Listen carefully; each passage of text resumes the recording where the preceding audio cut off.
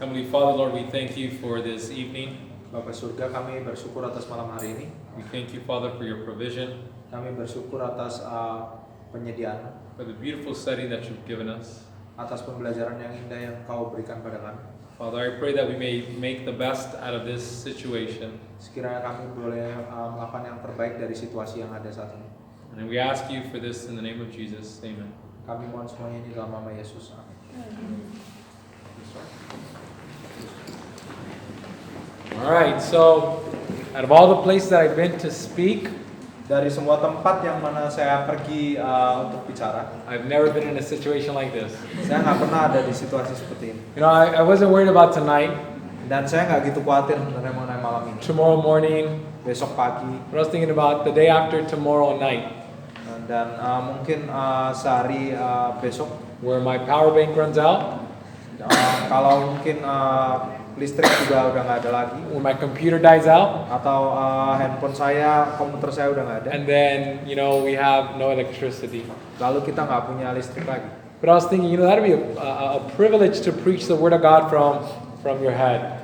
Dan itu merupakan suatu kesempatan yang indah kita bisa khotbahkan firman Tuhan dari kepala kita, dari pikiran kita. But if this doesn't make you serious about memorizing Scripture, I don't know what will. Dan mungkin ini akan membuat kita lebih serius lagi dalam menghafal firman Tuhan. Yeah, but I'm grateful. I mean, by God's grace, I would be ready if there was no light to speak to you guys about Jesus. Tapi saya bersyukur dengan kasih karunia Tuhan, sekiranya saya bisa dimampukan untuk mengkhotbahkan firman pada saat tidak ada hal itu.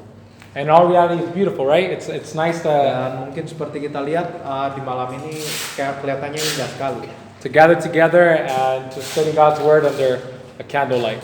Dan untuk berkumpul membicarakan firman Tuhan dalam terang lampu lilin. All right. So without further ado, we're going to start. I have a quick question. What's the time I'm supposed to end? Dan sebelum saya mulai, kira-kira kapan saya harus berhenti? Just tell me. Jam itu. Oh wow. All right. Okay. So we're gonna kneel and pray, and then we'll start with our second section. Kita akan berlutut dan berdoa. Kita akan mulai sesi berikutnya.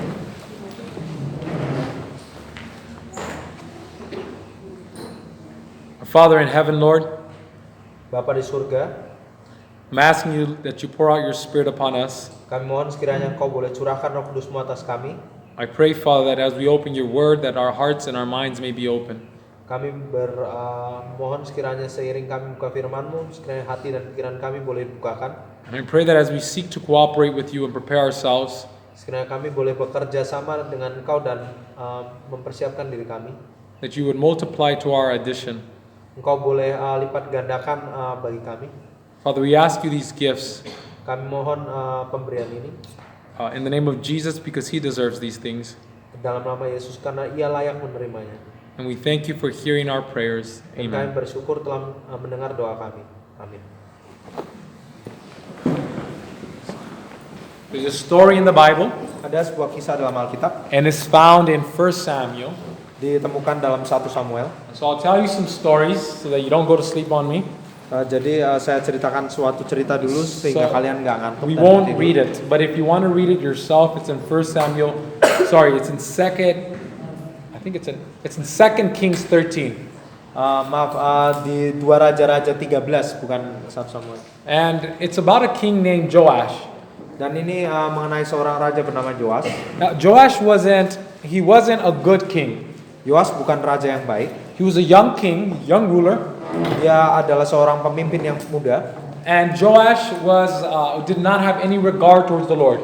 Dan Yoas ini nggak punya kepedulian atau rasa hormat pada Tuhan. But Joash found out that Elisha was on his deathbed. Tapi Yoas mengetahui bahwa Nabi Elisa berada dalam ranjang kematiannya atau sekarang. And even a wicked king Bahkan seorang raja yang jahat recognized menyadari that this prophet was essential to the children of Israel. bahwa nabi ini adalah penting bagi bangsa Israel. Not only to Israel's, to the spiritual people of Israel, Bukan hanya bagi orang-orang rohani Israel, but to the whole nation as a whole. tapi bagi semua bangsa secara keseluruhan.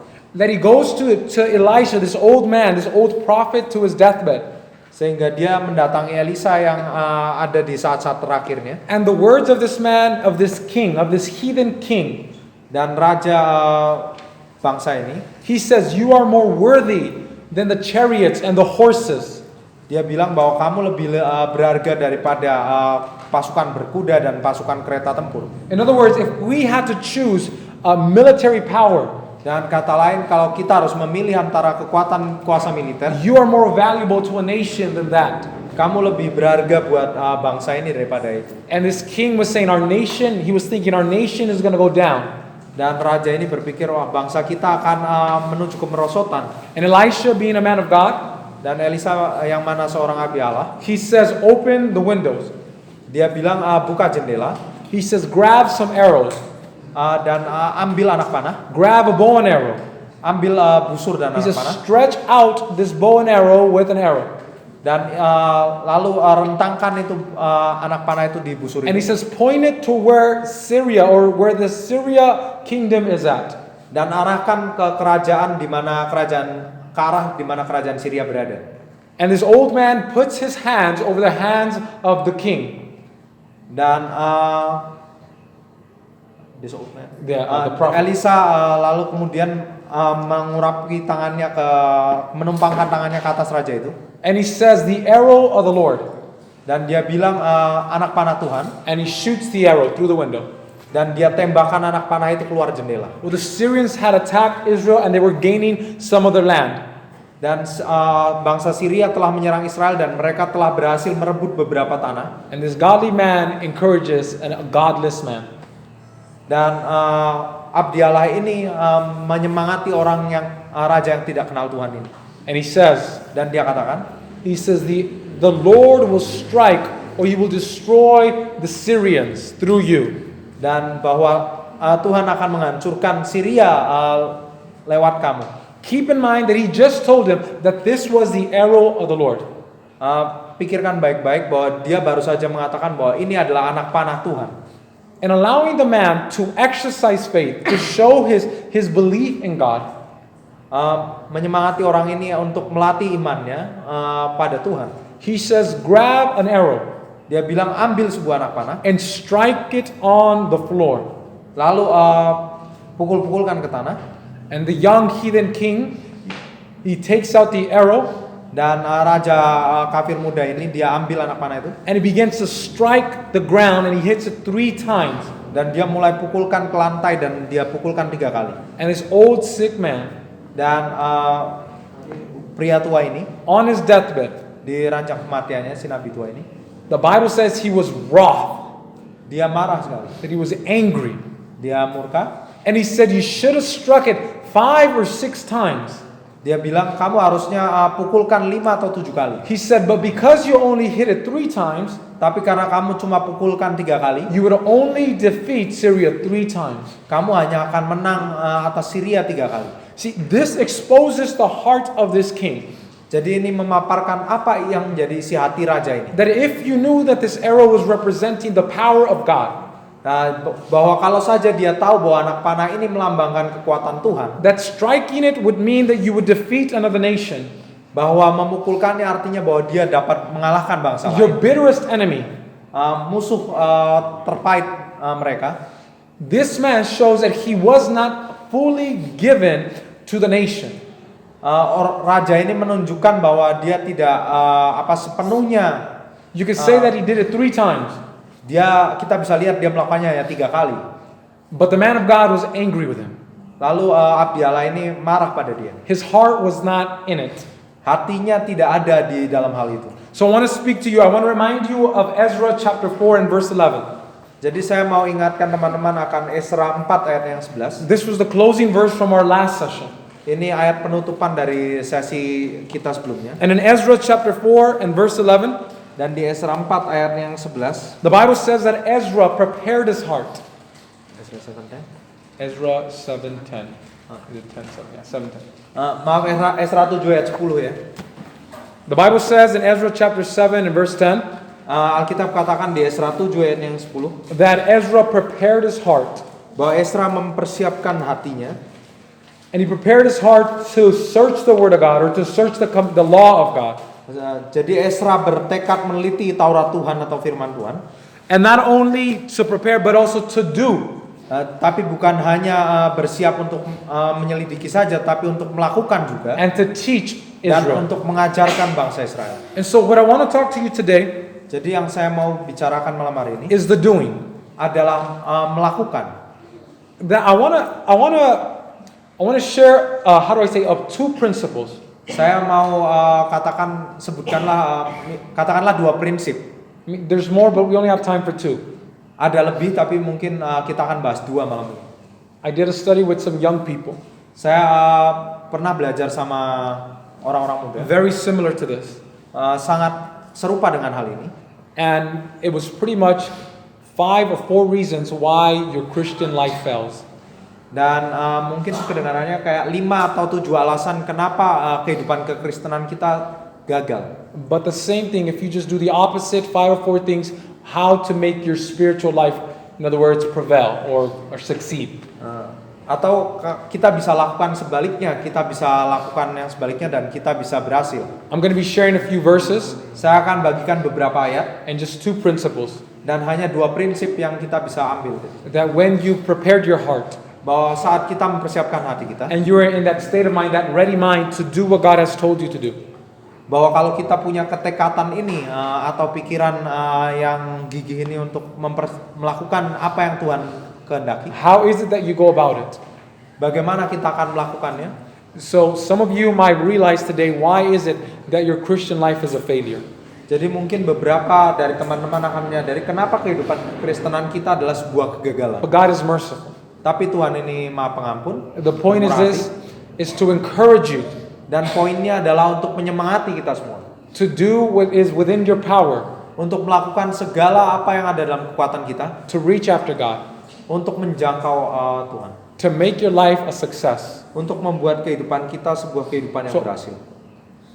Jesus preached about this. Dan Yesus mengkhotbahkan mengenai hal ini. So if I had a whiteboard here, I'm very comfortable. I teach. I'm a Bible teacher. That's what I do. That's my profession. Jadi kalau saya punya papan tulis ini, saya sangat nyaman sekali karena saya pengajar, jadi saya biasa ngajar. So some of you guys are students. One of the first things that I would put would be point number 1. Jadi satu hal mungkin yang bisa saya tulis pertama-tama poin nomor 1 saya. And I would say Christian virtues. Saya mau bilang kebaikan kekristenan. And then I would put A below that. Lalu saya kasih poin A di bawahnya. And I would put there the passive virtues. Kebaikan pasif. So let me explain what that means. Maybe that's a little bit. Saya akan jelaskan apa artinya. What that means is gentleness, kindness, love, long suffering. Mungkin bisa saya sebutkan kelemah lembutan, kesabaran dan kebaikan. These are the things that we call the passive virtues of a Christian. Ini kita sebut semua kebaikan pasif kekristenan. So open your Bibles really quick to Matthew chapter 11 and verse 12. Kalau kita lihat ke Matius 11 ayat yang ke-12. And then I would put, after 1A, I would put B. Lalu setelah 1A saya akan taruh poin B-nya. And I would put there active virtues of the Christian life.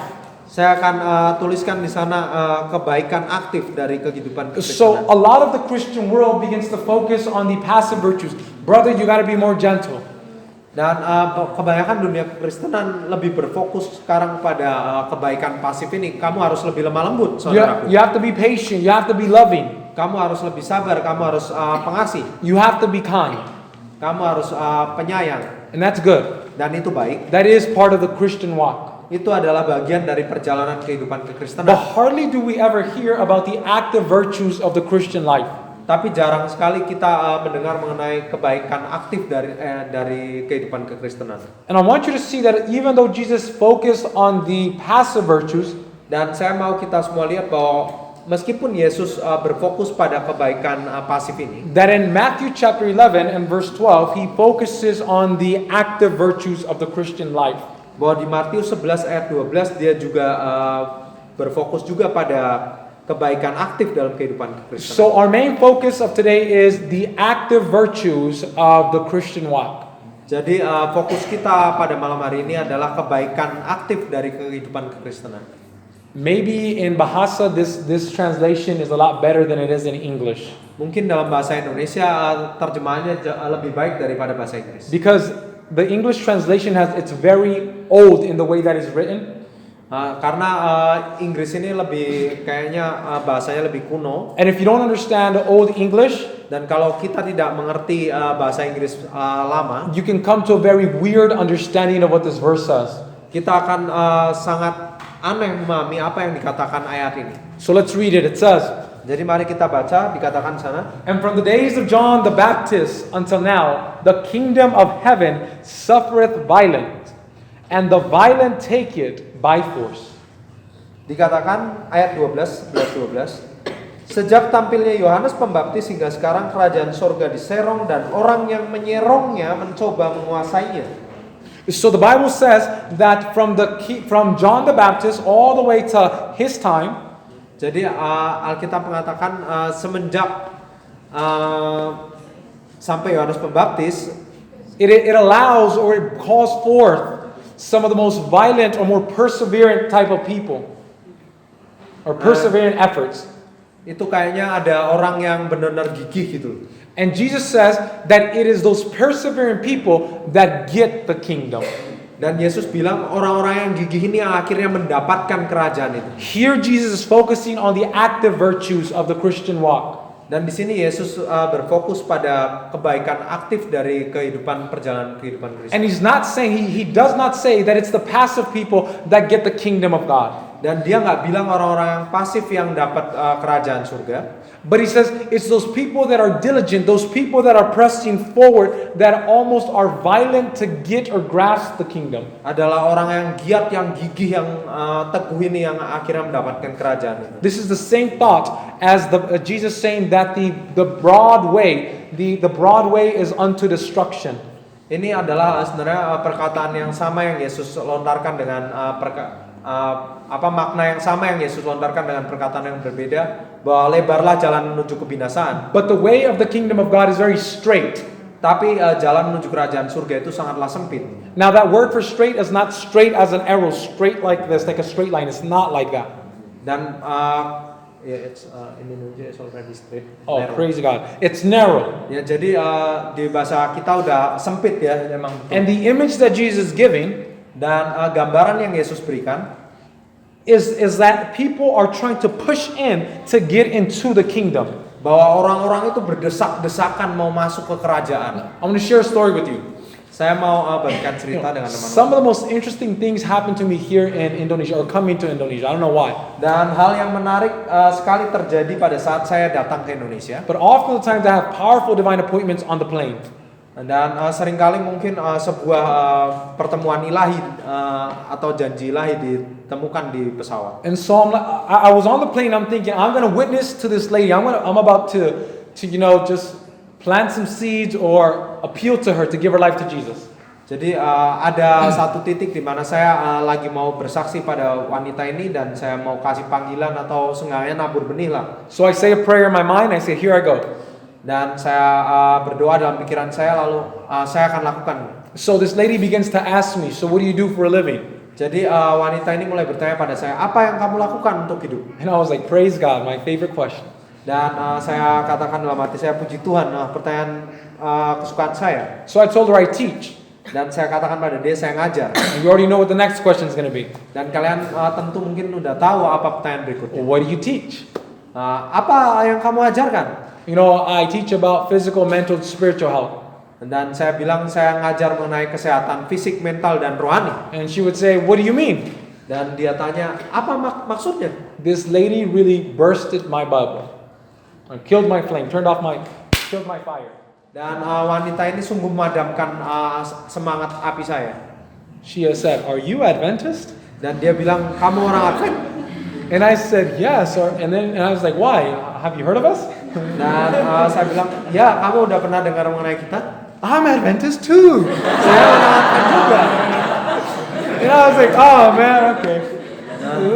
So it wasn't going to be so interesting after that. Dan tentunya nggak menarik lagi setelah itu. But then I saw a Muslim lady next to me. Lalu saya lihat seorang wanita Muslim di sebelah saya. And said, okay, her. Wah, ini lalu beralih ke dia. And I said, Apa kabar?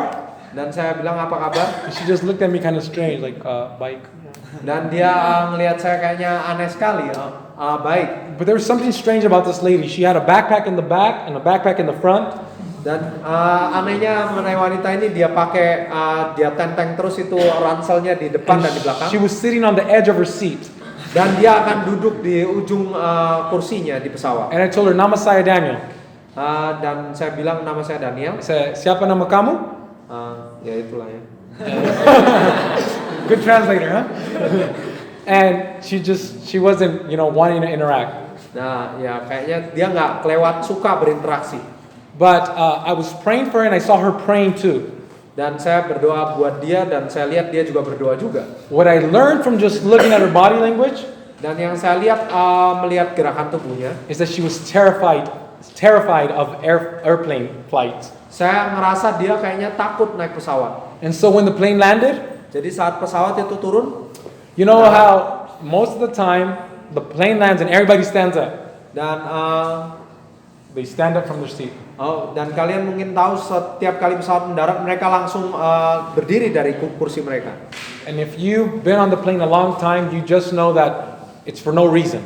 Dan kalau kalian udah lama pergi terbang-terbang naik pesawat, mungkin kayaknya nggak ada gunanya juga kayak gitu. So I know that for 10 minutes people are just going to be standing there doing nothing.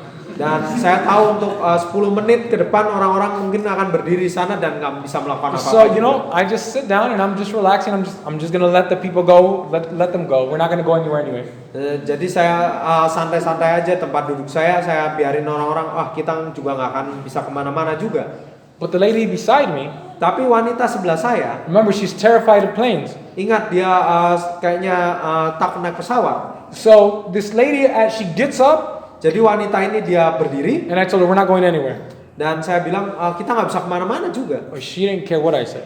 Dan dia nggak peduli apa yang saya omongin. She began maaf, and she started pushing me. Dan dia bilang maaf, dan dia terus dorong-dorong saya. And I was like, oh, just relax, I was like, just hold on.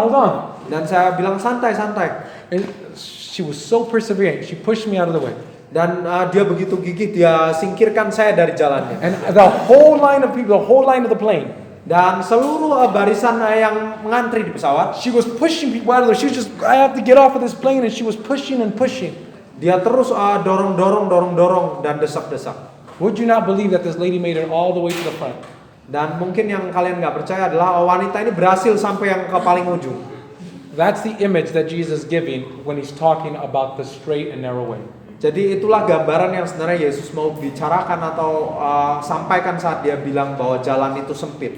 He says that it's only those that are violent, those that are exercising diligence are going to grasp the kingdom. Hanya mereka yang kayaknya seakan-akan pakai kekerasan atau benar-benar gigih gitu.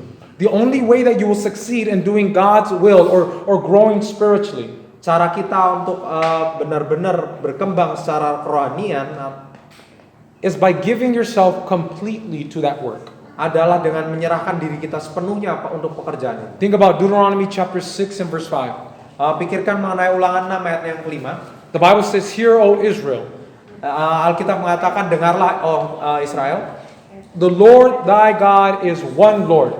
Allah itu Esa. And thou shalt love the Lord thy God with all thy heart. Engkau harus mengasihi Tuhan Allahmu dengan segenap hatimu. With all thy soul and with all thy might. Dengan segenap hatimu dan dengan segenap kekuatan. In other words, God is saying from the very beginning, look, if you are going to serve me, dengan kata lain Tuhan sudah mengatakan dari awal mula, kalau kamu hendak mengabdi atau melayani aku, you must do everything within your power. Kamu harus melakukan segala sesuatu yang ada dalam kekuatanmu. Like, I want you to think about this. Saya mau teman-teman semua pikirkan mengenai hal ini. If there's a guy or a girl that's trying to go after you, dan kalau ada mungkin pria atau wanita yang coba mengejar Anda, and you ask him, how serious are you about pursuing a relationship with me? Dan mungkin Anda bertanya-tanya, seberapa serius kamu mau berhubungan sama saya? He said, I'm serious. I mean, I made the decision to follow a relationship with you. Dan dia bilang, saya serius, saya mau punya hubungan sama kamu. And you ask him, from a scale from 1 to 100, how serious are you? Dan mungkin Anda bertanya, dari skala 1 sampai 100, berapa serius kamu? I think maybe like a 80. Dan mungkin dia bilang sekitar 80 lah. Or maybe like a 90. Atau 90. Would that be enough for you? Apakah itu cukup bagi Anda? But when it comes to the spiritual things, we tell God, I want to do your work. I want to follow you, but I'll follow you up to this point. Dan saat kita mengerti hal itu secara duniawi, tapi menyangkut hal rohani, pada saat kita mengikut Tuhan saya hanya bisa sampai titik ini ngikutin kamu. Look, the Bible says in Jeremiah chapter 29. Dan Alkitab katakan di Yeremia 29. He says that you're going to go and pray. Bahwa kamu akan pergi dan berdoa. And when you go and pray, dan pada saat kamu pergi dan berdoa, you will search him. Kamu akan search for him, excuse me. Mencari dia. And you will find him. Dan kamu akan menemukan dia. He says when you search for him with all of your heart. Saat kamu mencari dia dengan segenap hatimu. See, many people do not come into contact with God. Jadi banyak orang tidak berhubungan dengan Tuhan. Because they do not give themselves completely over to searching out God. Karena mereka tidak menyerahkan diri mereka segenap hati untuk mencari Tuhan. They're spiritually lazy. Mereka secara rohani malas. But give it everything you possibly have and see if you will not have a change in your life. Tapi lakukan semuanya yang telah diberikan padamu dan bisa kita lihat perubahan dalam diri kita secara rohani. No, I want you to think about this. How serious you are about your Bible. Saya mau pikirkan hal ini, betapa seriusnya kita mengenai Alkitab kita. How many chapters of the Bible have you memorized? Berapa pasal yang dari Alkitab yang mungkin sudah pernah kita hafalkan? Let me tell you a quick testimony. This is not part of the sermon, just a quick testimony. Saya akan ceritakan kesaksian singkat. I love my mungkin bukan bagian dari pelajaran. I love my students. Saya suka sekali murid-murid saya. They are serious Christians. Mereka orang-orang Kristen yang serius. They are not nominal. Mereka bukan orang-orang yang kayaknya biasa-biasa aja. I challenge several of my students. Saya tantang beberapa dari murid saya. If you're serious about being a Christian, kalau kamu benar-benar serius menjadi orang Kristen, serious Bible student, serius orang yang senang mempelajari Alkitab, memorize the Bible. Pelajari atau hafalkan Alkitab. And they said no problem. Dan mereka bilang nggak masalah. But they were memorized. They said, no, I want to challenge you not to memorize one book of the Bible, but two. Dan saya tantang kamu bukan hanya satu kitab dalam Alkitab, tapi dua kitab. This young 19-year-old girl, dan wanita muda 19 tahun ini, serious about her Christian walk, serius sekali mengenai perjalanan kehidupan kekristenannya. In a few months, memorized without any mistake 1 and 2 Timothy. Dan dalam beberapa bulan dia hafalkan tanpa kesalahan 1 dan 2 Timotius. She is extremely serious about finding God. Dia sangat serius dalam mencari Tuhan. But I cannot understand where people say I am a Christian but they don't study their Bible. Tapi saya nggak bisa mengerti pada saat seseorang mengaku dirinya Kristen tapi mereka nggak pelajari Alkitab mereka. The people that pray for 5 or 10 minutes, how is that a Christian? Orang-orang yang berdoa selama 5 atau 10 menit, gimana mereka bisa menyebut diri mereka Kristen? It's because your heart is not in it. Itu karena hati mereka tidak ada dalam. You'll never succeed. Dan kita nggak akan pernah berhasil dengan itu. You'll never go anywhere with your spiritual walk. Kita nggak akan pergi kemana-mana dengan perjalanan kerohanian seperti itu. It is until you purpose in your mind that I will give completely everything with all my power to study the Bible, to pray, to find God, to grow, then will you have success. Dengan kita betul-betul bertekad sepenuhnya kita mau mencari Tuhan, kita mau mempelajari firman Tuhan, kita mau berdoa dan semacamnya, barulah kita bisa mencari Tuhan. 1 Timothy chapter 4, 15 and 16. 1 Timotius 4 ayat yang ke-15 dan 16. This is what Paul advises to Timothy.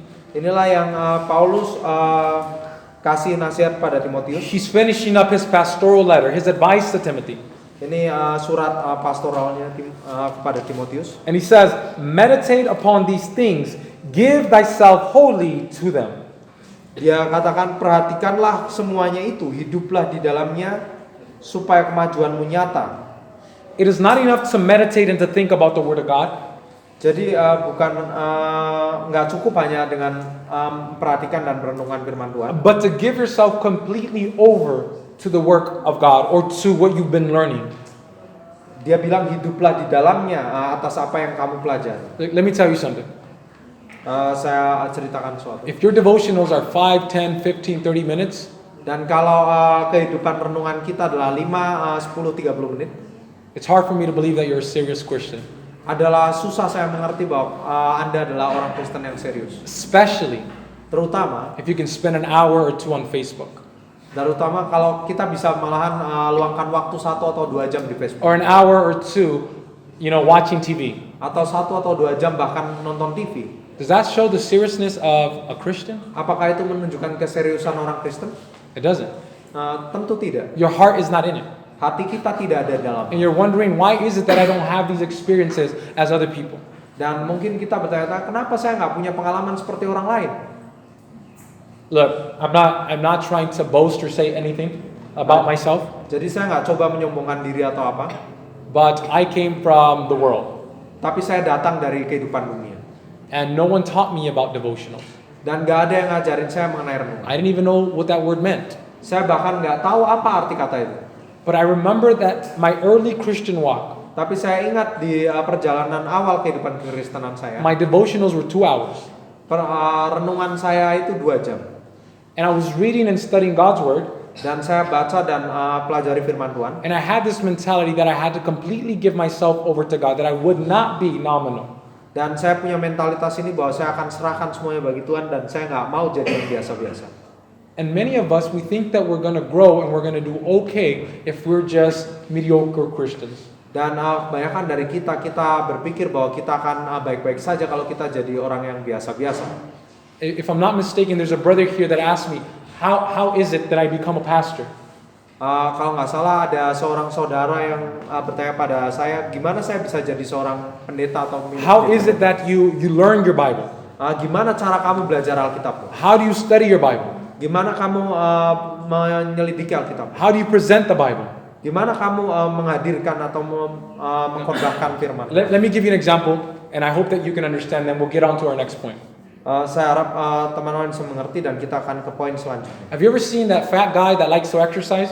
Apakah kalian pernah melihat orang gemuk yang suka olahraga? He buys like the light green or like fluorescent orange shirt and the headband and goes running around the neighborhood. Kalian pernah lihat dia mungkin pakai pakaian yang yang kayaknya nyala-nyala itu dan ikat kepala lalu dia keliling lari keliling lingkungan. And he's going around. I think all of you guys know what I'm talking about, right? Ya mungkin kalian tahu lah ya yang saya bicarain ya. That doesn't happen here? Oh, it happens in the US a lot. We got a bunch of fat people running around. Ya kita punya banyak orang gemuk di Amerika lari keliling komplek. And if I would ask him, are you serious about working out? Dan kalau saya tanya, apakah kamu serius untuk bisa kurus? He said, I'm serious. Dan dia bilang saya serius. I run every day. Saya lari setiap hari. But now I want you to compare this person to an Olympic person, someone that's an Olympus. Tapi saya mau kalian bandingkan orang ini dengan orang-orang yang ikut Olimpiade. This person eats for their training. Orang ini makan untuk pelatihan mereka. They sleep, their schedule is for their training. Jadwal mereka adalah untuk pelatihan mereka. They exercise about 5 or 6 hours a day. Mereka olahraga sekitar 5-6 jam sehari. And you would ask him, are you serious about your training? Dan Anda mungkin bertanya, apakah kamu serius mengenai pelatihan? Would you doubt it? Akankah kalian meragukan jawaban orang itu? But when you see this fat person and you say, are you serious? They say yes. Would you doubt it? Dan kalau kalian lihat orang gemuk ini dan kalian tanyakan itu dan dia menjawab, apakah kalian akan ragu sama jawabannya? Christian people, Seventh-day Adventists are meant to be Olympus, Christians Olympus. Jadi orang Kristen Advent hari ke-7 adalah dimaksudkan sebenarnya orang-orang Kristen Olimpiade. So my advice to that young man, jadi nasihat saya bagi orang muda, get yourself a pocket Bible. Jadi siapkan sebuah Alkitab saku. Wherever you have free time, if you're standing in line, open your Bible. Jadi kapanpun kalian punya waktu, kalau kalian lagi ngantri, kalian bisa buka Alkitab kalian. A pastor is not supposed to be someone that just tells you nice stories. He's supposed to know his Bible very well.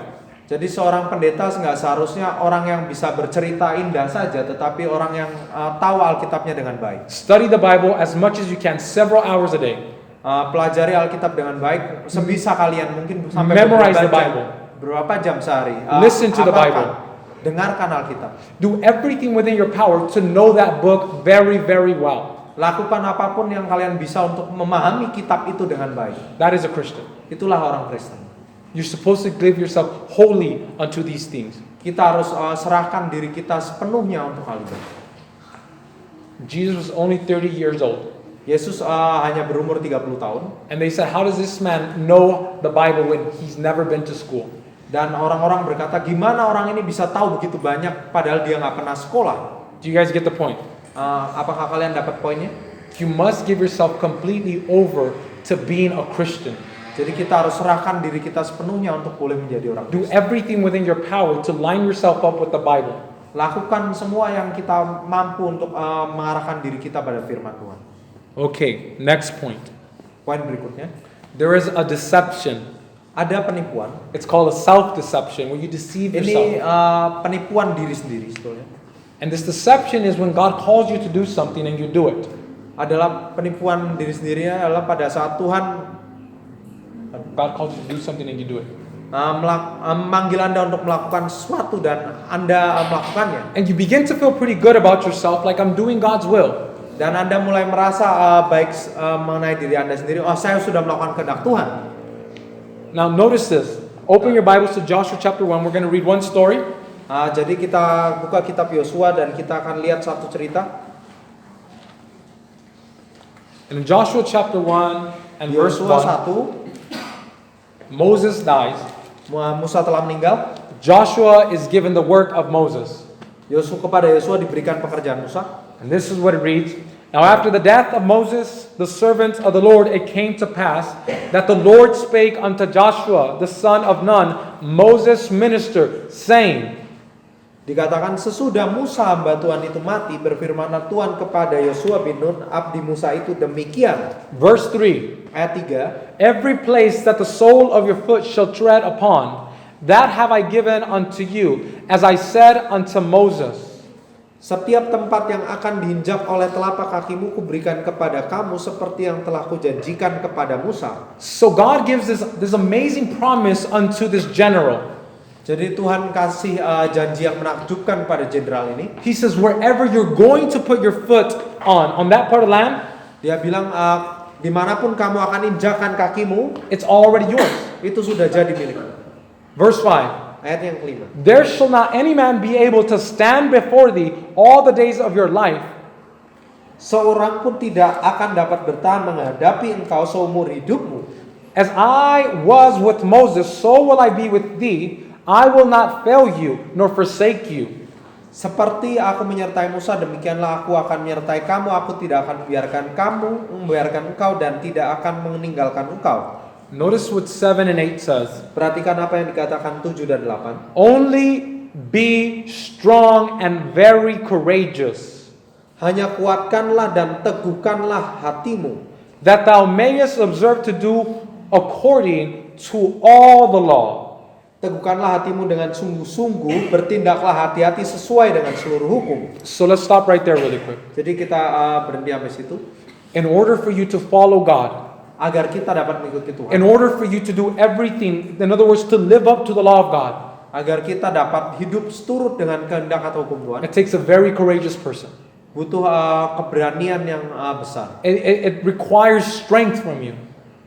butuh kekuatan. In other words, if the Sabbath were to come in conflict with your school, Dan kalau dengan kata lain, misalkan Sabat harus berkonflik atau bertentangan and dengan you pendidikan know kita, that you are about to graduate, dan Anda tahu mungkin Anda sudah akan lulus, that you invested so much money into this career, bahkan Anda sudah kasih investasi tanam so much uang time, begitu banyak, waktu yang Anda luangkan untuk pendidikan Anda sudah begitu banyak. and it comes up to one exam, Lalu datang pada satu titik ada ujian and it falls on the Sabbath. dan jatuh pada hari Sabat. It takes a very courageous person to say, I don't care, I will not take that exam. Akan butuh keberanian yang sangat sehingga kita bisa menolak. Saya nggak peduli apapun yang terjadi, saya nggak akan ambil ujian itu. That is the type of person Itulah tipe orang that's completely given themselves to God. yang menyerahkan dirinya sepenuhnya bagi Tuhan. In Ephesians chapter 6, you don't have to go there. Dan di Efesus 6 mungkin nggak perlu balik ke sana. Paul says, having done all to stand. Dikatakan oleh Paulus setelah melakukan semuanya untuk boleh berdiri. In other words, where you've done everything within your power to stand and resist the devil. Dengan kata lain, kita sudah melakukan apapun untuk boleh berdiri dan menangkal setan. Paul writing to the Hebrews, Paulus menulis pada Ibrani, says, you have not yet resisted unto blood. kamu belum menangkal hingga kayak tertumpah darah lah, mandi darah. In other words, he says, you have not gone to the point where you've been tempted so much Dengan kata lain, dia ngomong bahwa kamu belum sampai ke titik di mana kamu begitu benar-benar digoda, that you begin to sweat great drops of blood. sehingga sampai kamu mandi keringat darah. So when it comes to Joshua, Jadi saat menyangkut Joshua tadi, he says, I will be with you. Tuhan bilang aku akan bersama. I will not forsake you. Aku tidak akan meninggalkan I will kau. give you success. Aku akan kasih kamu Every keberhasilan. territory that you go to will be yours. Setiap daerah yang kamu injakan kakimu akan menjadi milikmu. He says, just make sure that you do everything that I say. Hanya pastikan kamu lakukan segala sesuatu yang aku perintahkan. Continuing reading. Kita lanjutkan baca. Which Moses my servant commanded you, turn not from it to the right hand or to the left, that thou mayest prosper wheresoever thou goest. Dikatakan ayat 7 yang bagian keduanya, oleh hambaku yang telah diperintahkan kepadamu oleh hambaku Musa, janganlah menyimpang ke kanan atau ke kiri supaya engkau beruntung atau berhasil kemanapun kau pergi. He said, do not even go. Let me give you an example for those that like math.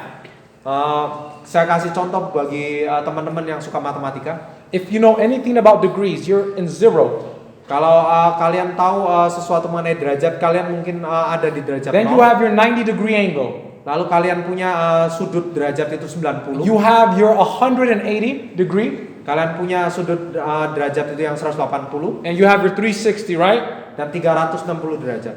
Right, some people did not say, yeah, some people must not like math here. Mungkin beberapa orang nggak suka matematika di sini. But it's okay. I think you can understand the point.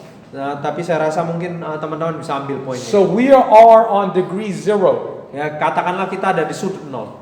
And if I were to turn that degree less than 1, Dan kalau saya mau simpangkan itu derajat, katakanlah kurang dari 1 derajat. and I were to make a line, Dan saya akan buat garis. most people to the naked eye Dan kebanyakan orang di mata telanjang would not be able to tell that this line is off by a small percentage.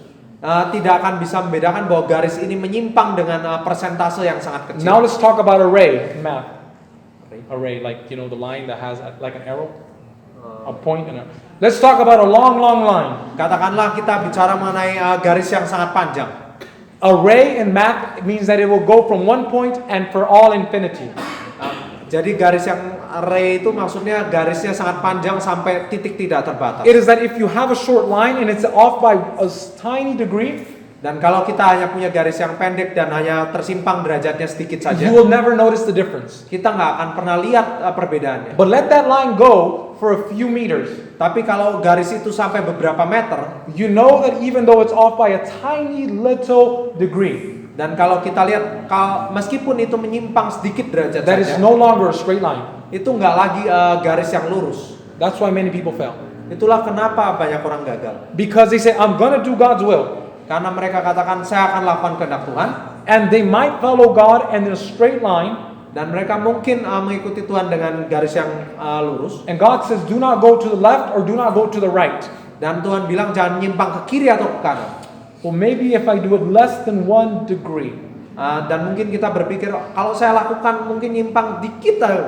And you say, I Kurang dari see 1 no derajat. big difference in my Christian walk. Saya nggak ngelihat ada perbedaan besar dalam kehidupan kekristenan saya. Well, let your Christian life keep going and see where you end. Dan Anda bisa lihat ke mana kehidupan kekristenan kita akan berakhir. You will miss the mark. Kita akan kehilangan tujuan kita. Notice what he says. Perhatikan yang dikatakan di sini. I want you to notice that it says, turn not from it from the right hand or from the left. Perhatikan dikatakan di bagian yang terakhir, janganlah menyimpang ke kanan atau ke kiri. Notice the benefit. For who is the benefit? Perhatikan untuk siapa tujuannya atau manfaatnya. That you may prosper wherever you go. Supaya engkau berhasil kemanapun kau pergi. And then he says, do not let this book, do not let the law depart from your mouth. Lalu di ayat 8 dikatakan, janganlah hukum itu lupa daripada mulutmu. Meditate therein, day and night. Tapi renungkanlah itu siang dan malam. It says, and observe to do according to all that is written inside of it. Supaya engkau bertindak hati-hati sesuai dengan segala yang tertulis di dalamnya. So that you may prosper and have good success. Sebab dengan demikian perjalananmu akan berhasil dan engkau akan beruntung. I like Joshua. Saya suka Yosua. I want you to see what was the advice given unto Joshua. Saya mau lihat kalian lihat nasihat yang diberikan pada You know, Yosua. I'm going to tell it to you because I don't want you to fall asleep on me. Saya akan ungkapkan karena saya nggak mau kalian tertidur. There was these people Ada orang-orang ini that began to tempt. There was these people that were in the land of Canaan. yang mana ada di tanah Kanaan. There were the Hittites, the Pezerites. Mereka kaum Hittite dan kaum Het dan kaum Perisite. Okay, I guess it doesn't matter. A bunch of heathen tribes. Ya, jadi katakanlah suku-suku kafir ini. And what Moses wrote in the law, Dan apa yang Musa tuliskan di dalam kitab hukum, these instructions were specifically for Joshua. instruksi ini secara spesifik untuk Yosua. And he says, Dan dia katakan, when you come into this land, saat kamu datang ke tanah ini, go to war with them. pergi perang sama mereka. He says, destroy them. Hancurkan mereka. Destroy their children. Hancurkan keturunan Destroy the mereka. wives. Hancurkan istri Destroy the mereka. cattle. Hancurkan bahkan ternak Destroy mereka. every single thing that they possess. Binasakan apapun yang mereka miliki. Do not make any agreement with them. Jangan buat persetujuan apapun dengan mereka. This was the advice that was given unto Joshua. Ini adalah peringatan yang diberikan pada Yosua. And so Joshua chapter 1, Jadi di Yosua 1, Joshua chapter 1 talks about Yosua 1 berbicara tentang conquering land. merebut tanah He says, perjanjian. no one will defeat you Dia katakan tidak akan ada yang bisa mengalahkan kamu. if you do what I tell you. Kalau kamu melakukan apa yang aku katakan padamu And you do not swerve. dan kamu nggak menyimpang. Now notice this. Go to Deuteronomy chapter 7. Perhatikan ini, kita ke Ulangan pasal yang ke-7. I'm not mistaken, it's chapter 4. Deuteronomy chapter 7, verse 4. Kalau nggak salah Ulangan 7 ayat yang keempat. I'll get there and then I'll let you know. So Deuteronomy chapter 7, Jadi Ulangan 7 verse 3. ayat yang ketiga. Says, neither shalt thou make marriages with them, thy daughter thou shalt not give unto his son, nor his daughter thou shalt take unto thy son. Dikatakan, janganlah juga engkau mengawin dengan mereka. Anakmu perempuan janganlah kau berikan kepada anak laki-laki mereka, ataupun anak perempuan mereka jangan kau ambil bagi anak laki-lakimu. In other words, you will not get married with other heathens. Dengan kata lain, kamu nggak akan menikah dengan orang bangsa kafir manapun. Why? Kenapa demikian? It says, for they will turn away your son from following me. Sebab mereka akan membuat anakmu laki-laki menyimpang daripadaku. God has said, Tuhan telah berkata, if you're unequally yoked, kalau kita nggak sepadan bahasanya, kalau you di will Alkitab, turn away from it. kita akan berpaling. And so God says, destroy them all. Jadi Tuhan katakan, hancurkan semuanya. Now notice Joshua chapter 11 and verse 15. Jadi sekarang perhatikan Yosua 11 ayatnya yang ke-15. It says, as the Lord commanded Moses his servant, so did Moses command Joshua, and so did Joshua. He left nothing undone of all that the Lord commanded Moses. Seperti yang diperintahkan Tuhan kepada Musa hambanya itu, demikianlah diperintahkan Musa kepada Yosua, dan seperti itulah dilakukan Yosua. Tidak ada sesuatu yang diabaikannya dari segala yang diperintahkan Tuhan kepada Musa. The title of today's message Judul pekabaran malam ini is Nothing Undone. adalah tidak ada sesuatu yang tak terselesaikan. It is based from this passage here. Berdasarkan ayat yang ini satu ini. It is that Joshua did every single thing within his power to fulfill God's command. Bahwa Yosua melakukan segala sesuatu yang sekuat tenaga dia untuk memenuhi kehendak Tuhan. There was nothing left undone that he could have done. Tidak ada sesuatu yang diabaikannya dari segala yang diperintahkan. There was nothing more that he could have done to keep the law. Jadi tidak ada lagi yang bisa dia lakukan untuk menurut perintah Tuhan. This is a true Christian. Ini orang Kristen yang sejati. And what was the promise? You will succeed. Dan apa janjinya? Kamu akan berhasil. I will always be with you. Aku akan berserta You kamu. will never fail. Kamu gak akan pernah gagal. I will prosper you. Aku akan buat kamu berhasil. As long as you do everything, doing everything within your power to stand.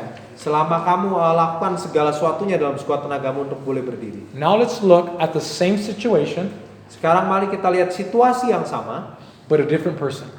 tetapi dalam perspektif yang berbeda. And I believe that many people fall into this category. Dan saya percaya banyak orang jatuh pada kelompok grup ini.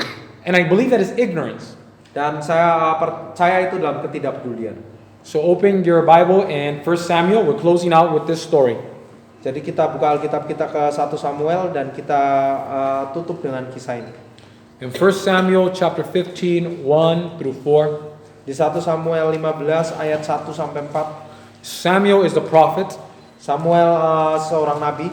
And he goes and speaks to the king. And the king's name is Saul. Dan dia bicara pada raja, nama rajanya Saul. Now notice what happens. Kita perhatikan apa yang terjadi sini. Samuel also said unto Saul, the Lord sent me to anoint thee to be king over his people, over Israel. Now therefore, listen thou unto the voice of the word of the Lord. Thus says the Lord of hosts, I remember that which Amalek did to Israel. Go ahead and read that. Dikatakan 15:1 dan 2. Berkatalah Samuel kepada Saul, aku telah diutus oleh Tuhan untuk mengurapi engkau menjadi raja atas Israel umatnya. Oleh sebab itu dengarkanlah bunyi firman Tuhan. Beginilah firman Tuhan semesta alam, aku akan membalas apa yang dilakukan orang Amalek kepada orang Israel. Amalek was the first people that went to war with Israel. Amalek adalah orang pertama yang berperang melawan Israel. They left Egypt. Mereka pergi dari Mesir. They were hiding. Mereka sembunyi. They knew that these people were not warriors. Mereka tahu orang-orang ini bukan pasukan yang terlatih. And they said, let's destroy them. Dan mereka bilang, ayo kita hancurkan mereka. It was so bad that they were beginning to destroy God's people. Ada begitu buruk sehingga mereka mulai membinasakan umat Tuhan. That Moses began to gather people and say, hey, who knows how to fight? Dan Musa akhirnya mengumpulkan mereka, hey, siapa yang tahu gimana bertempur? That it wasn't until the next day that they had men to fight and they went to war with them. Dan nggak sampai keesokan harinya bahwa mereka harus bertempur sama mereka. And so God has finally set up his nation. God set up his nation. Jadi Tuhan bentuk bangsa ini. And he tells Saul, dan dia akhirnya katakan pada Saul, it's time to get revenge. Sudah waktunya kita balas dendam. It's time to punish these people. Sudah waktunya kita hukum bangsa And ini. so God is about to pass judgment upon this nation. Jadi Tuhan hendak menjatuhkan penghakiman atas bangsa ini. And notice what it says. Dan kita lihat apa yang terjadi. Now go and smite Amalek, utterly destroy all that they have, and spare them not, but slay both man and woman, infant and suckling, ox, sheep, camel, ass. And Saul gathered the people together, and numbered them in Telmia, 200,000 footmen and 10,000 men of Judah. Ayat 3 dan 4. Jadi pergilah sekarang, kalahkanlah orang Amalek, tumpaslah segala yang ada padanya, dan janganlah ada belas kasihan kepadanya. Bunuhlah semuanya, laki-laki maupun perempuan, kanak-kanak maupun anak-anak yang menyusu, lembu maupun domba, unta maupun keledai. Lalu Saul memanggil rakyat berkumpul dan memeriksa barisan mereka di Telaim. Ada 200.000 orang pasukan berjalan kaki dan 10.000 orang Yehuda. It's the same command. Perintah yang sama. Destroy everything. Hancurkan semua. You know the story. Dan mungkin kita semua tahu ceritanya. That Saul goes, Saul akhirnya pergi perang, destroys every single being. membinasakan semua orang yang ada. But the Bible says that he spared the king. Tapi Alkitab mengatakan bahwa dia sisakan raja. And that the men saw the sheep and the goats and the asses and they were good. Dan orang-orang lihat, wah ini domba kambing dombanya dan keledainya bagus. And that he went and kept these things because they were good. Dan mereka simpan semua ini karena kayaknya kelihatannya cantik. But I want you to see the attitude of King Saul. Tapi saya mau kita lihat sikap dari Raja Saul. What's most striking about it is the way that he thinks and he sees things. Adalah yang mungkin luar biasa, gimana cara dia ngelihat sesuatu, perspektifnya dia. Look at verse 13 and 15. Kita lihat ayat yang 13 dan 15. And Samuel came to Saul, and Saul said unto him, Blessed be thou, O of the Lord, I have performed the commandment of the Lord. Ketika Samuel sampai kepada Saul, berkatalah Saul kepadanya, diberkatilah kiranya engkau oleh Tuhan, aku telah melaksanakan firman Tuhan. So Samuel comes to Saul, Jadi akhirnya Samuel mendatangi Saul, and he's extremely happy. He says, Welcome, prophet, bless you.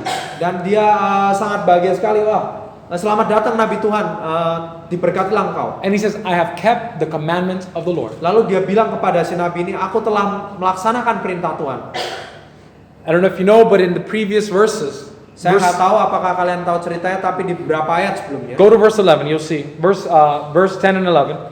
Kalau kita lihat di ayat 10 dan 11. Read some of it. He says, and hath not performed my commandments. And he has not done what I told him to do. He did not do my commandments.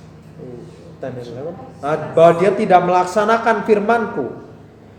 Ia telah berbalik daripada aku dan tidak melaksanakan firmanku, ayat 11 ya. What I want you to see is this. Yang saya mau kita semua lihat adalah ini. That this man completely destroyed every human being there. Dan bahwa orang ini telah membinasakan semua orang di sana. Except for the king, Kecuali one si person. raja, satu orang saja. Just one person. Hanya satu. And for the sheep and the animal. Dan hewan-hewannya dan binatangnya. He did about 90% of his work. Dia lakukan katakanlah 90% dari tugas yang jadi He perintah. followed 90% of God's command. Dia lakukan 90% perintah Tuhan. And he feels good and he says, I have done the commandment of the Lord. Dan dia merasa sangat baik, saya sudah ngelakuin firman Tuhan. But what I want you to see is the perspective of man and the perspective of God. Tapi yang saya mau kita semua lihat adalah sudut pandang manusia dan sudut pandang That in the Tuhan. eyes of man, man says, I have kept the commandments of God. Di sudut pandang manusia, dia berpikir bahwa dia telah melaksanakan perintah Tuhan. But in the eyes of God, he says, he has not kept my commandments. Tapi di mata Tuhan, dia tidak melakukan perintah It Tuhan. is the same thought that you find in James. Dan adalah pola pikir yang sama yang kita temukan dalam kitab Yakobus. That if you break one command, Bahwa kalau kita melanggar satu perintah saja, it is as if you've broken all of them. seakan-akan kita melanggar semuanya. So following 90% of God's command, Jadi mengikuti 90% perintah Tuhan, it is as if you've never followed God's command at all. itu sama artinya kita nggak pernah ngikutin perintah Tuhan sama sekali. Continue. Nah, kita lanjutkan. We're going to go 19 to 21. Kita lihat 19 sampai 21. Wherefore then didst thou obey the voice of the Lord? Mengapa engkau tidak mendengarkan suara Tuhan? He says, I obeyed, I kept the commandments of the Lord. The Lord says, you did not obey me. Saul bilang, saya telah melihara perintah Tuhan, tapi Tuhan bilang, enggak, kamu enggak menuruti aku. But didst fly upon the spoil and did evil in the sight of the Lord. Lalu lanjutkan ayat 19, mengapa engkau mengambil jarahan dan melakukan apa yang jahat di mata Tuhan? Now notice his perspective again. Jadi perhatikan sudut pandangnya sekali lagi. And Saul said unto Samuel, Yea, I have obeyed the voice of the Lord, and have gone the way which the Lord sent me. Dikatakan ayat 20, lalu kata Saul kepada Samuel, aku memang mendengarkan suara Tuhan dan mengikuti jalan yang telah disuruh Tuhan kepadaku. He says, I have indeed kept God's command. Dia bilang, aku sungguh telah melakukan perintah Tuhan. When he says, I've been following God, God says that's evil. Dan saat dimana dia bilang dia telah melakukan perintah Tuhan, Tuhan bilang itu jahat. He says, I've obeyed God, and God says he's in rebellion. Dan dia bilang dia penurut, Tuhan bilang dia He says, pemberontak. I've kept his commandment, and God says he kept none of my commandments.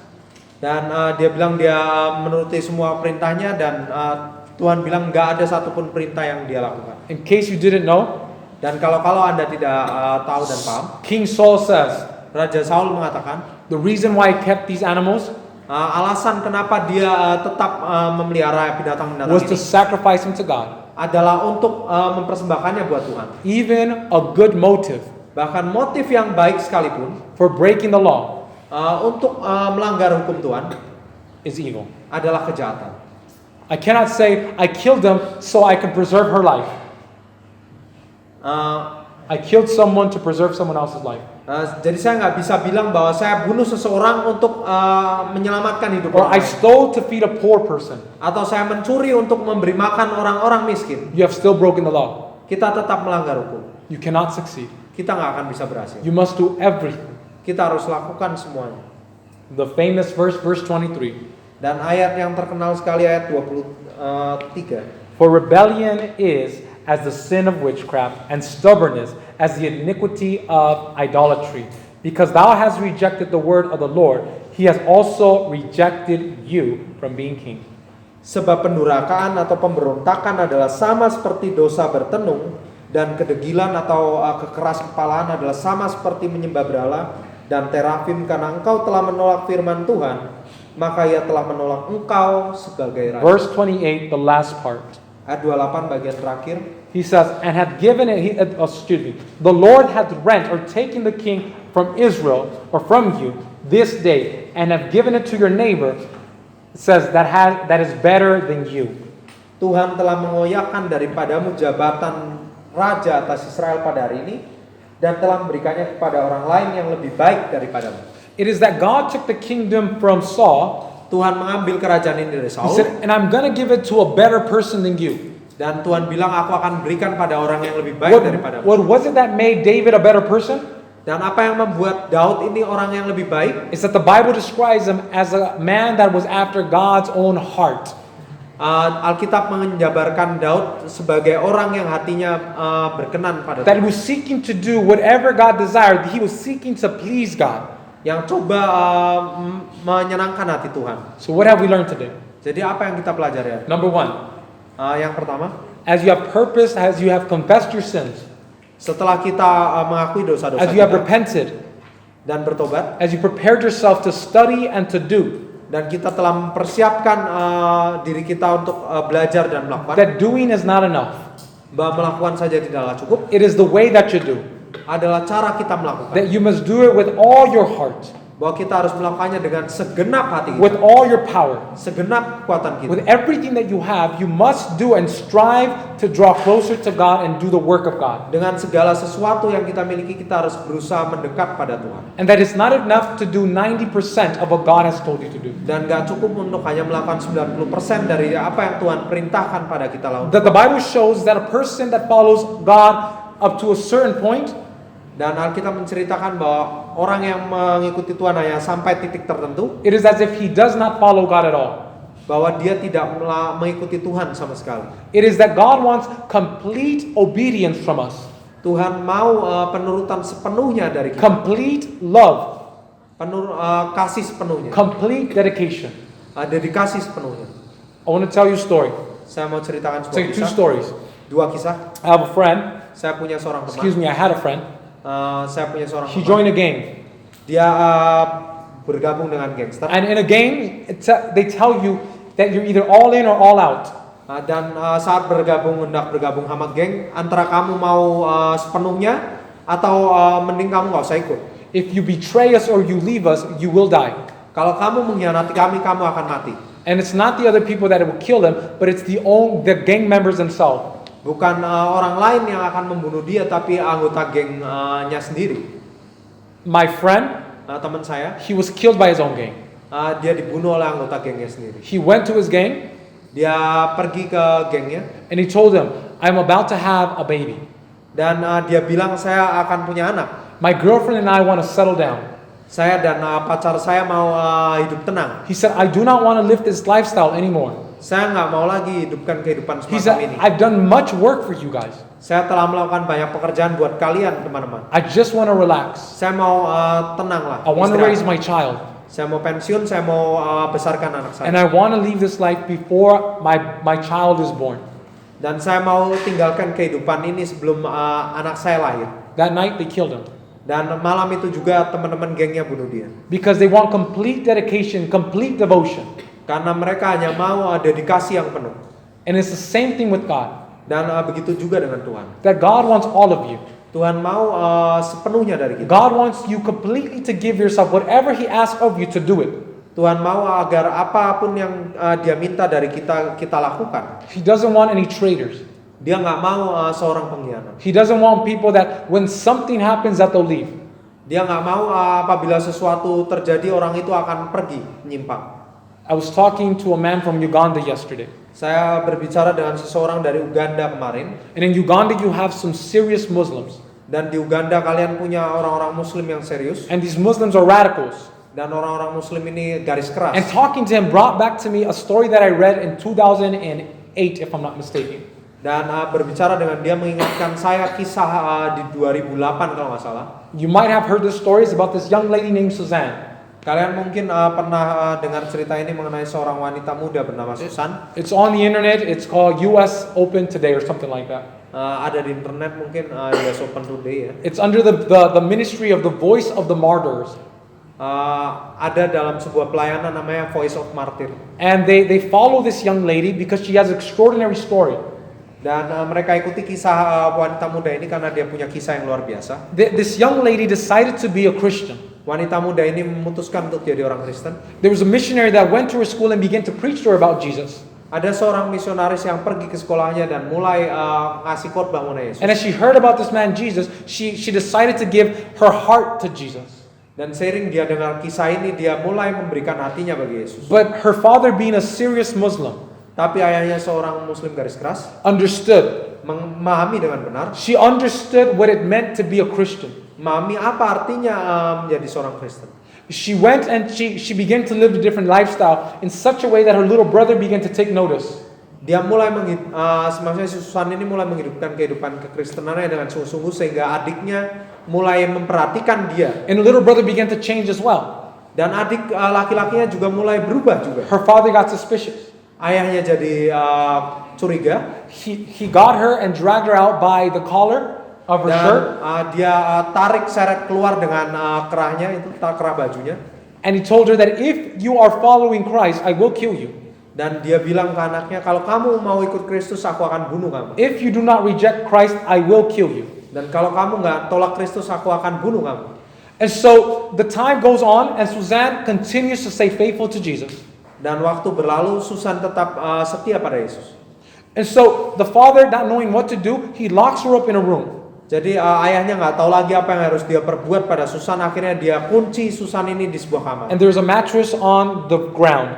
Dan ada matras di lantai. And he says, do not get up off of this mattress until you are ready to reject Christ. Dan ayahnya bilang, jangan bangun dari matras ini, tempat tidur ini sebelum kamu siap menyangkal Kristus. Several days go by and she's not eating. Dan beberapa hari berlalu dia tidak makan. She does not give up. Dia nggak menyerah. She's only 14 years old. Dia baru berumur 14 Her tahun. little brother begins to get worried, Adik kecilnya mulai khawatir. and he begins to sneak fried banana underneath the door. Dan dia mulai masukkan pisang goreng dari bawah pintu. He spills water underneath the door so she can lap water. Jadi dia tuangkan air dari lubang di bawah pintu sehingga dia bisa jilat-jilat itu air. Several weeks pass on, Beberapa minggu berlalu. and one of the neighbor asks the brother of Suzanne, where is your sister? Dan salah satu tetangganya menanyakan mengenai Susan, di mana kakak perempuanmu? And the little brother begins to tell the neighbor what happened. Dan adik laki-lakinya mulai bercerita pada tetangganya apa yang terjadi. The lady called the police. Lalu wanita tetangganya ini memanggil polisi. They arrested the father, Mereka tangkap ayahnya and they opened the door. dan mereka buka paksa itu pintu. And they saw this little 14-year-old, Dan mereka lihat Susan yang berumur 14 tahun ini. only 20 kilos of weight, Beratnya hanya tinggal 20 kilo. sitting on a mattress. Tetap duduk di tempat tidur itu. They tell her to stand up, Mereka suruh dia untuk berdiri. and she could not. Dan dia udah nggak bisa lagi. Because she was going through puberty, Karena dia sudah kayaknya puasa begitu lama. and she was growing. Dan dia dalam masa pertumbuhan. She was sitting down the whole time. Dan dia duduk terus sepanjang hari. Her bones became warped. Akhirnya tulangnya ini terpelintir. And so they had to take her to rehabilitation Jadi akhirnya mereka harus bawa dia kepada rehab. to teach her how to walk. Untuk mengajarkan pada dia kembali gimana berjalan. You know, that story really touched my heart. Dan kisah itu sungguh menyentuh hati saya. That this girl did everything within her power Bahwa wanita muda ini melakukan segala sesuatu yang ada dalam dirinya. to stand up for Jesus. Untuk berdiri bagi Yesus. Months later, years later, Berbulan-bulan berlalu dan tahun-tahun berlalu. you can donate to this ministry. Kalian bisa menyumbang kepada I pelayanan. went to follow up on Suzanne, Dan saya mengikuti kisah Susan. and they interviewed her.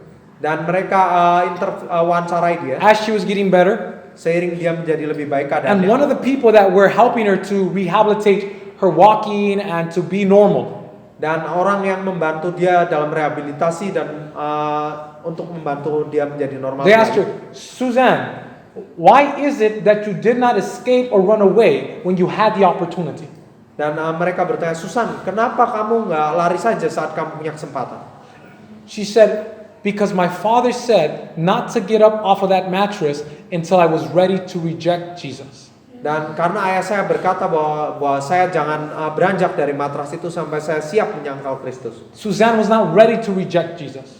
Susan nggak siap untuk menyangkal Kristus. She did not even get up to eat. Dia bahkan nggak pergi beranjak untuk makan. She would lap water Dia akan jilat-jilat air because to her, getting up off of that seat was rejecting Christ. karena bagi dia untuk bangun dari tempat tidur itu adalah untuk menolak Kristus. She gave everything within her power to stay faithful to Jesus. Dia berikan segala sesuatunya dalam kuasanya untuk bagi Kristus. There was nothing left undone for Suzanne. Nggak ada lagi yang bisa Susan lakukan yang tidak terselesaikan. And I want to challenge you today Jadi saya mau tantang kita semua hari to ini have that same spirit. untuk punya semangat roh yang sama. Check yourself.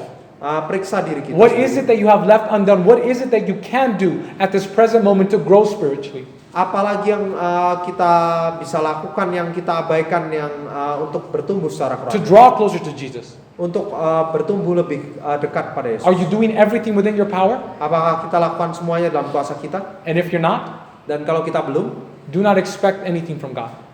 maka kita jangan harapkan sesuatu dari Tuhan. But if you are, Tapi kalau kita sudah, tomorrow besok pagi we will receive a blessing from God. kita akan menerima berkat dari Tuhan. There is a preparation. Ada persiapan, This is the preparation. dan inilah persiapan. Purpose to do what you have learned.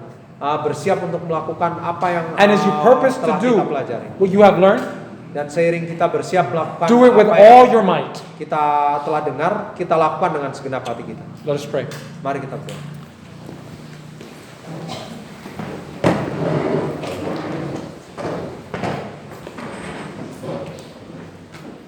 Father in heaven, Bapa di surga, forgive us for our backslidden ways. ampuni kami atas penyimpangan kami. Forgive us for thinking that mediocre Christianity is Christianity. Ampunilah kami karena berpikir bahwa orang-orang Kristen biasa-biasa saja yang nominal adalah orang-orang Kristen. Father, I know that there are some weak Christians here. Bapak, kami percaya ada orang-orang Kristen yang baik di sini. Father, I know that you desire them to be strong. Dan Engkau rindu agar kami menjadi kuat. And so I ask you, Lord, that you work upon their behalf. Dan sekiranya Engkau boleh bekerja atas diri kami. For those people that are struggling with sin. Bagi mereka yang bergumul dengan dosa-dosa. For those people that are struggling to break up with that relationship that is not leading them heavenward. Bagi mereka yang bergumul untuk memutuskan hubungan yang tidak membawa mereka ke surga. Father, as they make the decision today Bapak, seiring mereka membuat keputusan hari ini to do everything within their power to draw closer to you and to follow your commandments, untuk melakukan segala sesuatu semampu mereka untuk semakin dekat dengan Engkau dan melakukan perintah-Mu. I ask you that you prosper them. Sekiranya Engkau boleh buat mereka berhasil. I ask you that you give them success. Sekiranya Engkau boleh buat berikan keberhasilan bagi mereka. Father, visit your people.